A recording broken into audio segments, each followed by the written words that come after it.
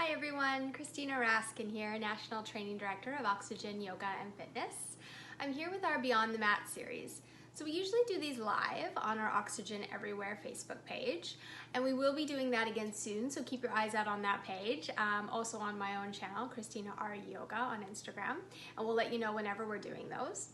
However, this time we thought we'd do a little something different. We're going to be doing videos answering some questions that came in our direct messaging. So we'll be doing several different videos answering some of these questions. If you have any other questions come up and you missed it and you really have something that you really want to ask, feel free to private message me. I can always respond personally or maybe do a few more videos. So stay tuned for the Oxygen Everywhere Live that's coming back soon, and the Beyond the Mat series, and we'll get started with our videos.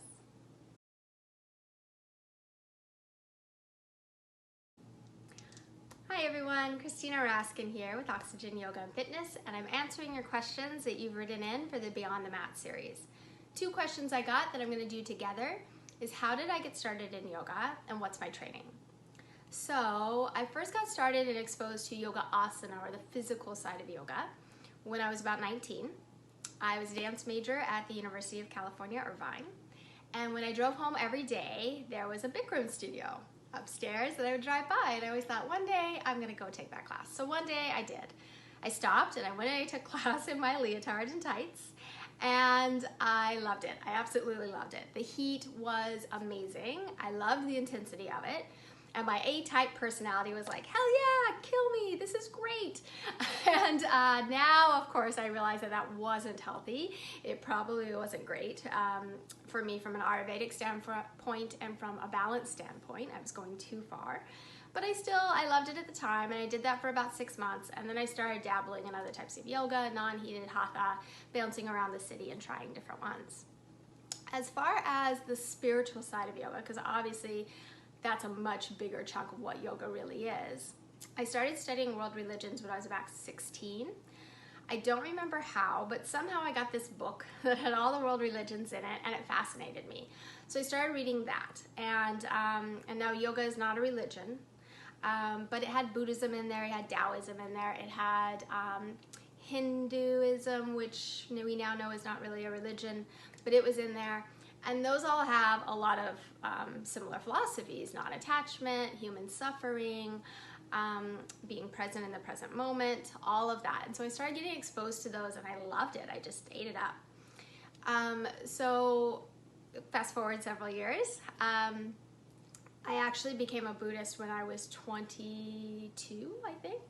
And I was a Buddhist for 3 years, and so I really dove into that at the same time I started teaching physical yoga asana and diving more into the yoga philosophy side as well. And so the way I started teaching, I was actually taking class with a yoga teacher, and at this time Yoga Alliance was brand new. Yoga Alliance had started about a year before this, I think. And they're the ones who came up with the 200-hour yoga teacher training. So before Yoga Alliance, that didn't exist. Before that, you trained with your teacher until they said you were ready to teach, and then you started teaching. And so that's actually how I got into it. I was taking with my teacher. I had done some certifications. So I actually had done group fitness, personal training, and Pilates certification. So I was teaching those, but I was still fairly new. I'd probably been teaching those. It was at a gym at 24 Hour Fitness for a couple, I don't know, maybe a year. And then my yoga teacher needed a sub. And he basically said, you want to teach? I said, sure. And now looking back, I was not prepared. I was not ready at all. But I did. I taught. And so I taught for a while before I did additional certification. Probably another 6 months or so. And then I did some other certifications, just general anatomy and more stuff around group fitness and personal training. I taught reformer Pilates for a little while, and I was trained in mat and reformer. And then I finally did my 200-hour. It took me a little while to save up the money and find the time, but I finally did my 200-hour, and that's one of the reasons why I'm a huge proponent of education and having a good education, not just any 200-hour. I did my 200-hour with YogaWorks, which is one of the best schools in the world. They're based out of California, but they do teach in other places. And they're also the ones who kind of developed this vinyasa style yoga that we do these days in most of North America. that was developed by YogaWorks. So I did my first training with them, which was amazing.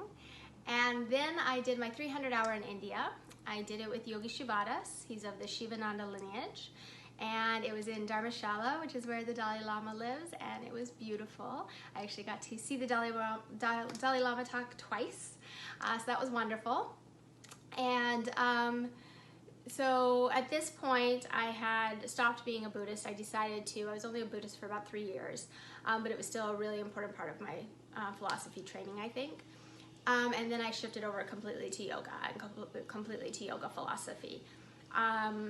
And so I did my 300-hour there. So I'm a 500 ERYT, which is the highest level you can get as a yoga teacher.